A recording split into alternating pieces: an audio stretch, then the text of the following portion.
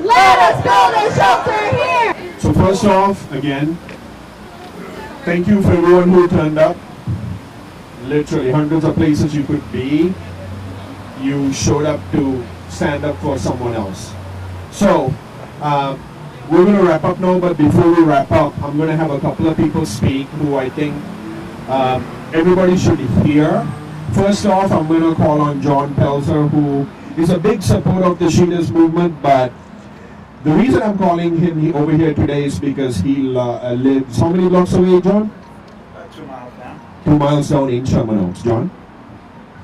Thanks, Mel. Well, I have lived 2 miles down the road for about 35 years, and I consider everybody in Sherman Oaks, whether they have a home or not, they are my neighbors, and they need to be treated as such.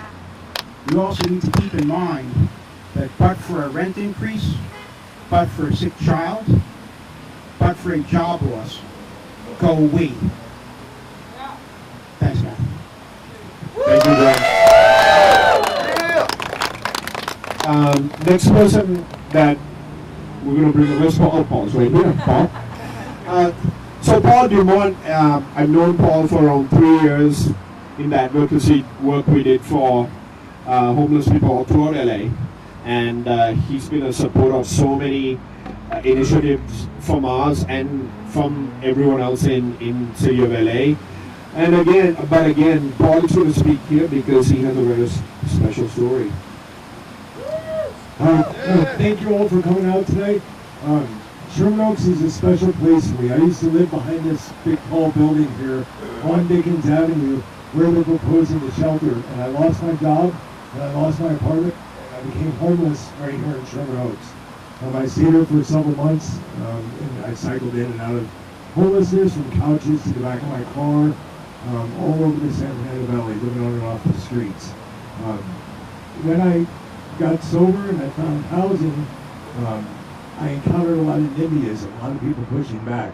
And I told those neighbors, you think I'm a bad neighbor now? You should have seen me when I was homeless, right? You're late. So that was my message. And when they started attacking me for wanting housing, they just didn't want me in their backyard. I felt that it was my neighborhood as well. And I believe that it belongs to all of our neighbors. And that homeless housing should be cited in every community. If Sherman Oaks doesn't take care of their homeless neighbors, they're going to push them to the next neighbor down the street. They're going to go over to Cedar, they're going to go to Van Nuys, and that's going to continue. That's how the city's been addressing this problem. And finally, we have the political will, and we have the people. We have the power of the people. And the people are going to change this. We are the ones that are going to direct this narrative. Sherman Oaks says yes. Thank you.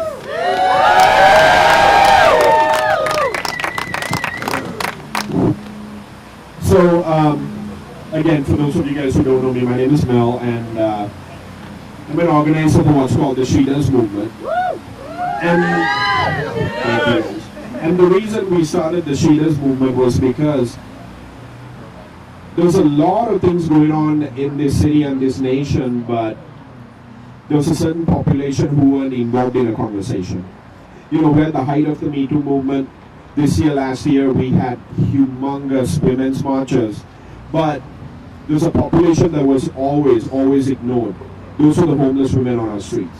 Even to this day, you know, when you look at the news and you look at what's going on in the political arena with what's going on with the Supreme Court nomination, everyone's up in arms about sexual assault against women. What's horrifying to me, to be honest, is the people who I see speaking out against this, speaking out against sexual assault on women, but walking on the streets of LA, walking past women, not even knowing, not even bothering to stop to see if they are alive or dead. We have a serious issue on our hands, and that issue is homelessness is getting worse. Housing is not affordable. Things are only going to get worse, and whether we like it or not, we're going to need solutions all throughout the city of LA, the county, and pretty soon the state and the country. Yes. So we need people who do. And let me explain that to you. Today I was on a 40-minute phone call. 40 minutes of my life that I lost. Why?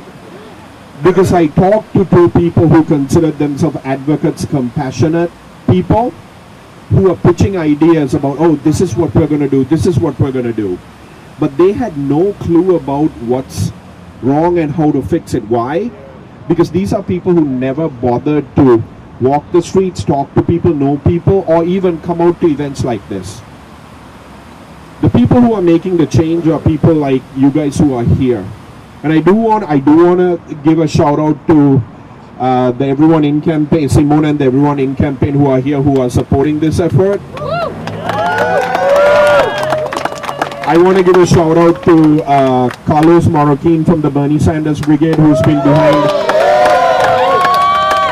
every Sheeta's effort and now starting more and more to campaign towards affordable housing in LA. I want to thank our guys from the Sheeta's movement, Lisa, Angie, Emma, Sandy, Nick, all you guys here who are always here for the support.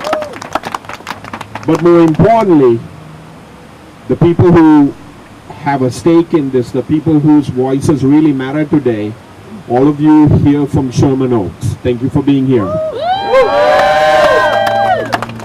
You guys are special today because it takes courage to face the issue of homelessness. It's an issue that's not easy to fix. It's an issue that's not comfortable for people. It takes guts because you gotta be here and ask for solutions in your own neighborhood when there's so many people angry and cussing out because they are afraid. That's why they are cussing out. They are afraid of handling a situation that they know is hard to handle. They are afraid. But you guys are here, boots on the ground, because you understand that it takes sacrifice from all of us to make sure that everyone is okay. Whether you like it or not, the responsibility now falls on you, the people who are willing to step up to carry the message forward, to make sure that we come up with more and more humane solutions to what's happening on our streets. Because what we are letting happen on our streets is not humane. Yep. Because you are here, because you are not afraid, because you are willing, because you have not just the compassion, but because you have courage, it's going to fall on you to grab every other person who's undecided. The people who are supportive but silent, grab them by the hand, bring them out to events like this, introduce them to homelessness, make them understand that we can call it a crisis, we can put on numbers on it, but no matter what, whichever way you look at it, when you face an individual going through homelessness, like Paul did, like Jenny did, it's that person, it's an actual human being. It doesn't matter what other homeless people have done. It doesn't matter what other homeless people have not done. For that individual going through homelessness, they deserve a chance, and they deserve us to fight for them harder and harder, to negate all the people who are cowards. So for all of you guys here today, thank you for being here. #ABridgeHomeSherman Oaks. Thank you.